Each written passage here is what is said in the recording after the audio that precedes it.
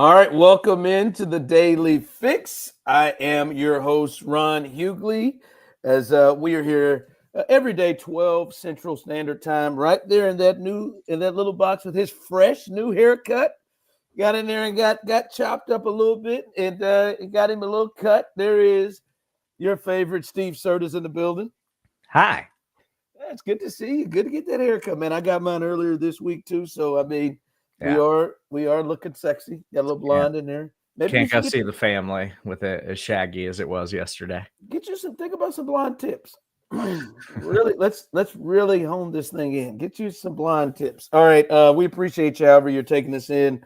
One thing would like you to do, hey, share, like this thing so others can see. Tell some people about Foolish Club Media. Tell some people about the Daily Fix. And then if you have not done so, please head over to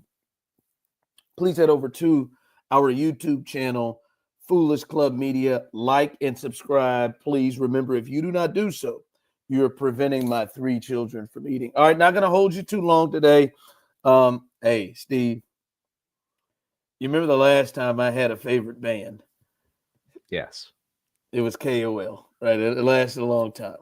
I got a new favorite one, and they have taken over my life the last 3 days. My daughter taken over hers as well.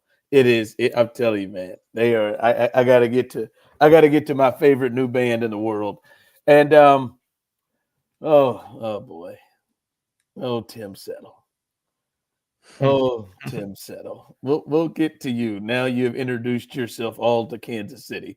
Okay, we'll let you hear trash talking Tim Settle. A lot of you listening may not know who that is, but we'll let you hear his words because he's out here making comments to the wrong people. But let's start here. Let me get my 2 minutes. All right, Steve, I'm getting a little nervous and concerned here. All right, I've had a change, Steve, in like the last 10 hours in my mindset of this game. I was thinking at one point that this injury could be a blessing in disguise, the injury to Patrick Mahomes with the ankle, because it is going to force Andy Reid's play calling to have to protect him. And I still hope that is the thought. But Steve, as I've just started to gather things here, Steve, I don't think that Patrick Mahomes is as injured as maybe many people think he is. And I understand the reason. I think a lot of people in their heads, Serta, are thinking of the Patrick Mahomes of a couple of years ago that played against the Bengals after getting hurt against the Jags. The guy that got hurt and wasn't moving the same against the Eagles in the Super Bowl. I think when people are thinking, and of course, high ankle sprain is usually a 4 to 6 week injury. They did say mild. So they said it was not, not near what it was then, but I still think because we're hearing former players started talking about he needs to sit out this game, and commentators, most people I feel like I've heard said he's got to sit out. Hell, Marcus Spears says he would sit him down the rest of the playoffs. The rest of the regular season, and wouldn't bring him back into the playoffs. Steve, I think he's much closer to 100% than I think many people believe. I think many people believe that he's walking out here like 60, 65%. And if you just look at all what's happened, Steve, he's not missed anything. He's not missed a thing all week. He's practiced every time they've had practice. He's gone full every time. He has done everything that he does every single week of practice. And Serta, if that's the case, I would imagine, Steve, that these guys ain't fools and understand the importance of him. This feels like maybe one of those, hey, he rolled his ankle in a basketball game and it just takes days to feel better, and it feels better. I'm not saying he's 100%, but I don't think that by the way they're conducting business with him, I don't think it's anywhere near what it was a couple of years ago in the playoffs. And why that makes me nervous, Steve, is because I then feel like Andy Reid's going to go on with the program and the game plan as is, like nothing's happened, and the protecting of Patrick Mahomes may not be in his mind. And I am fully prepared, sir, the first possession, we're coming out from it. I am fully prepared first possession, drop back passes. Here we go. I bet you that first possession is more passes than runs. I am preparing myself for that because the way they're conducting business this week, he can't be that hurt. Like, he's got to be in a better place than many. That man was doing those one-leg stretches on it. I'm a little concerned that maybe the running game and all that stuff that we thought we might see because of the injury to Mahomes, I think Andy Reid may not just look at anything different. Yeah, it is worrisome based off of what we've seen from them, where it's like, even when the passing game's not working, it's just we're just going to keep letting it rip. But I don't know. I think he's certainly injured, and you don't want to risk it getting worse. But yeah, he didn't miss a snap of practice this week. That's what I'm saying, was full participant all week long. And of course, he didn't finish the game last week, but it felt like that was like, oh, he's banged up, and it was like a frustrating thing in the second half. And so they're just like, yeah, you know what? Let's just put Carson Wentz in and try to limp to the finish line at this one. But they have to make some adjustments. They've got to do something different in this game or in moving forward. I would think that's part of the game plan. Yeah, Andy doesn't have to do a damn thing, clearly, with Andy, because he is undeterred. And I don't know, man.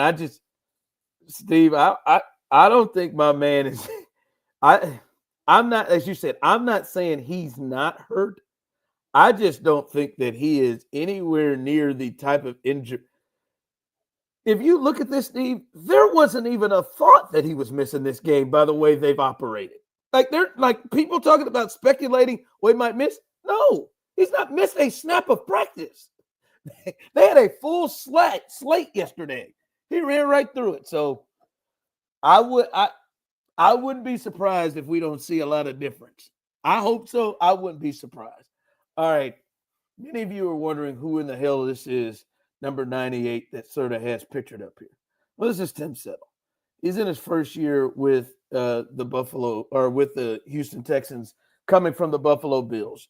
So they have played Tim Settle. Many of you may not remember Tim Settle because he didn't really do a lot of things to make himself known. But he's had a pretty decent year. He's got the same amount of sacks as Chris Jones this year right now with 5. But Tim Settle decided to go Earl Thomas, who then also went Jamar Chase, and then also went Max Crosby. You know, the Chiefs in this run, they've just seen people who just want to pop off. And now the lesser known of any of these other people we've named, at least those guys have been all pros. The lesser known of these is Tim Settle. Here's Tim Settle popping off at the mouth and threatening promises. This is the top team in the league right now by the NFL, but okay, it's nothing. I definitely see this O-line. It definitely has its loopholes, and it definitely has its their struggles. But I feel like that we can take advantage of that. We got an elite D-line. I feel like Pat's a little banged up, so I don't know if he's gonna play or not, but I hope he's mobile enough because we coming in Arrowhead. Okay. You guys planning to get after that? Yeah, for sure. Pat better make a good decision. I ain't making no threats. I'm making promises. Okay. I think Tim would have been all right if he just came at the line, sort of. All right. I don't know what he's talking about. Leap holes. I don't know if that's what he meant. But the struggles, he'd have been fair. Why you have to invoke 15? And then not just invoke 15, why you have to go at 15 and say, I hope he makes a good decision. Because we're coming in Arrowhead. It's just him. Good God, man. I'm not even going to come with the thought of what the hell have you done to deserve like Jamar Chase and Earl Thomas to say things. I'm just going to say, oh, Tim, why? And I'll just say this. You better hope those other guys that you're speaking of have the ability to cash the check that you're writing. Because I listen, I've watched you, Tim. Pleasant surprise. Never had any issues with you. But I don't think that you're going to be the game changer in this game. A hunch. Good player. I don't think you're going to be the game changer in this game. And I just don't know what gives you the reason to even invoke 15. Why? Why? I mean, this is just silliness. I don't think this is really the thing that it used to be, though, because it's like when you used to do this, Mahomes would go out and throw for 350 and 4 touchdowns. And that doesn't really happen anymore. Like the Raiders did that, and they had the Kermit the Frog thing, and then it's like both matchups against the Raiders this year were just slogs and ugly games that the Chiefs managed to get through. Like, I understand why he feels confident, but I still think the Chiefs are going to win this game. I don't think it's going to be pretty, but I don't think there's like this fear of the Chiefs offense that used to exist across the NFL. Yeah, the Kermit the Frog thing, I just think that was it was so lame, and it was by somebody who was even worse than Tim Settle. That's why I didn't even bring that up in the Jamar Chase and Earl Thomas when he was talking trash. Like, listen, I don't know if Mahomes is going to go off, but I certainly do think that the Chiefs potentially respond to this. All right, they've about to had enough here, and it's the finish though. Like the Kermit the Frog thing is funny. This is the finish. The dismount sort of is Pat better make a good decision. And that's not a threat. It's a promise. What? What the hell? What are you talking about? What are you going? Are we going Trevor Lawrence? Is that what you're saying? What you do? Like, what are you talking about here? What are you talking about? That just stick to the offensive line and their loopholes or their leapholes or whatever it is. I don't know if this is going to be good for Tim. I really don't. But hey, you better hope Will and Danielle Hunter are the ones who can cash these checks you write. All right, finally, Steve, I've got a new favorite band. I sent you some stuff on it. And I know I'm late to the party. They've been rolling through around here. I listened to it. I had never heard of them. They're very talented. I mean, come on, Judge, right? Music for sure. Man, it's Lawrence. If you have not heard of the band Lawrence, it's a brother and a sister. Once I get into it, Steve, I'll go hard deep dive. It's a brother and a sister. Shout out to Clyde and Gracie. And Clyde is a musical genius. He created a score in the movie Miss Congeniality when he was 5 that his dad directed. They Really? They didn't like the arrangement of the music they had. So his dad who directed the movie asked his son to do it, and they arranged it and they used it in the movie. It is still in Sandra Bullock's Miss Congeniality, a score that Clyde created at 5. But hey, man, these mofos can sing, and their whole band is so different. Like I told you, I can't even explain it. It's like gospel meets pop meets soul meets blue. It is Very good. You can't even name it. And that I'm not lying. When this may be over the top right now. Her voice and the different things that she can do with her voice and different sounds. If you listen to multiple songs, like Don't Lose Sight and like Something in the Water, those are 2 completely sounding voices that she uses. That broad is nasty. I mean, nasty. It catches you off guard. I didn't know that was. You want to know how I found him? How? Please don't judge. I've been watching this show. This is now season, I think, 2 or 3 of I think it's Sex Lives of College Girls. Oh yeah, I've heard of it. Never seen it. It's not bad. I've been watching it. Well, they're introducing a new character, and she's been in it for a couple of episodes. And the character she's playing is it's Gracie. It's the girl who sings in Lawrence. The character she's playing is like this uppity, like sorority girl that has to move in, and she's just really uppity in this thing. And like, I just don't even really pay attention to her. Well, she said she was going to try out for the school play and she had to audition or whatever. And I promise you, man, it's late night, man. I'm just watching. This bride came up there and did a rendition of Katy Perry's Roar. But you know how she sings. Made you sit up. I said, who in the hell is this?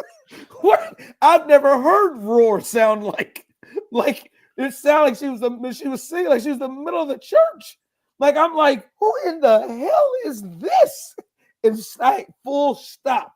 I went and hunted this person down, and then I found Lawrence, and I just, for the last 3 days, so that I introduced it to my daughter, and she's gone. I mean, it is, I can't get over it. I've talked about this band to so many different people and introduced them to, I mean, they're nuts. If you've not heard Lawrence, I'm telling you, man, if you like folks that can sing, woo! Gracie and Clyde. How about Clyde's got like an eclectic voice too that's got some soul in it. I'm sorry. I see I'm doing it right now. This is taking over my whole life. Go check out Lawrence. I'm telling you, if you like singers and you like different, go check out Lawrence. Hi, Mom and Courtney.